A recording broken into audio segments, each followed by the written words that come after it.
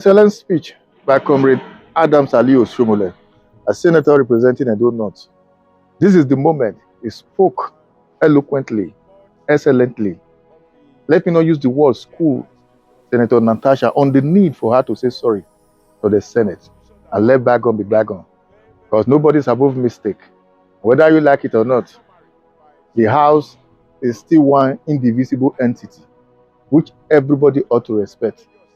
Hear him out. Whatever you think of his own comment to Senator Natasha, please draw the comment of the comment section and follow the page. Thank you as you do so. Thank you very much, Mr. President. And I know people are tired. I do not intend to speak long. I will disappoint many of my colleagues. Short man, short of the report of the Ethics Committee chaired by Senator Neda and of other contributions that have been made, including the very, very insightful summary by the Senate leader. I thought, because you have encouraged us, sir, regardless of what my dad said, that you have no friend, I think you have friends. It would be dangerous for you to lead yourself to the conclusion that you don't have friends. How can you preside over affairs of enemies or people you don't trust? That trust line between the leadership and the followership must be serviced. But it can be brought under test in moments like this. My advice is that the quality of a leader is tested when you are under severe provocation, how you manage it, which is why I appreciate the way you have even admitted to more complaints as if nothing had gone wrong. Sometimes in leadership we face those temptations. I thought I should share with my very good friend and sister and also our in-law my experience on the floor of this Senate. I went on Channel Television, in my opinion, to defend the Senate. When we were being accused of spending money here and there, I said, no, I bought my own furniture, etc. A distinguished senator said I had breached his privileges. On that occasion, some people spoke in my favor. But there were few who insisted that what I said was in bad taste. I asked myself there and then, who will cast the first stone that he has never lied? Sorry, he has never erred, if I have actually erred. But on this occasion, my intention was to defend the institution. And yet, some members felt offended. I have been a governor for 8 years. I was re-elected. I didn't do a receipt. I chairman the governing party for 2 years. I was removed. I didn't go to court. So once I noticed that there were some senators who felt that my comment was embarrassing to them, for me, it is a mark of strength to admit that not being my intention, that I apologize to those who felt offended by my comment, even as my intention was very noble and clear as far as I was concerned. I think that to apologize is not to belittle yourself.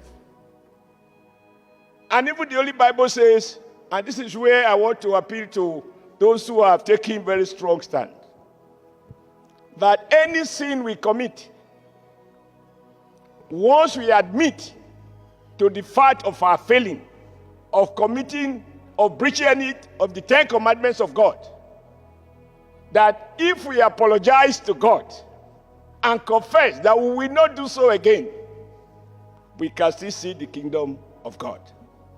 I think it is based on this logic that the committee created a window.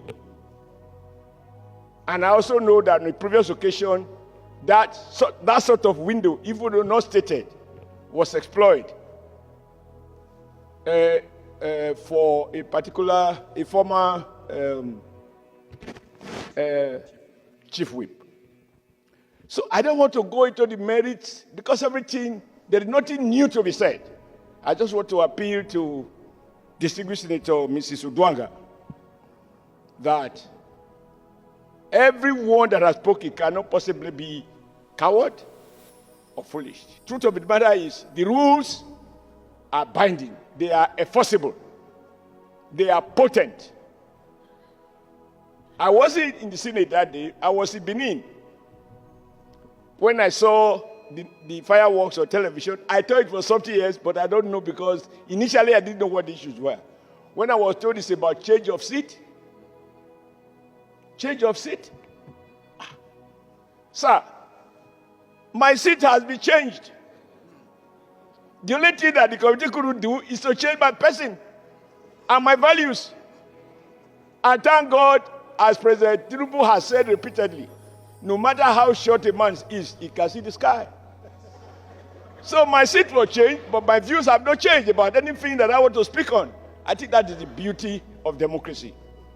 This is meant to appeal to Senator Natasha, who you had caused as revealed by the leader of the House, that you even address her as princess of the Senate. I think she can still remain the princess that she has been, provided she doesn't work herself into the conclusion that it's a mark of weakness to admit when maybe out of whatever feeling you have erred. And it bears repeating that the offense is not against the presiding officer. It's breach of the rules under which affairs of this Senate are conducted. I'm not going to go to whether somebody has been favored or not favored. In life, what you do think is a favor, somebody else will see it as a favor. So I want to appeal to you, Mr. President. It's not an easy thing to sit there and issues of change of seat. That's what I want to comment on. Issues of change of seat degenerated to the kind of fireworks that we saw on television. And of course, for those who talk about social media, why are they social media? That is the way it works. So I conclude, sir. I thank you for allowing me to speak, and I apologize to the Senate leader that I'm speaking after he had spoken. But this is the time you had acknowledged me to speak. I think that the committee, if you follow the sequence, issues of discrimination cannot be proven. It is actually the opposite.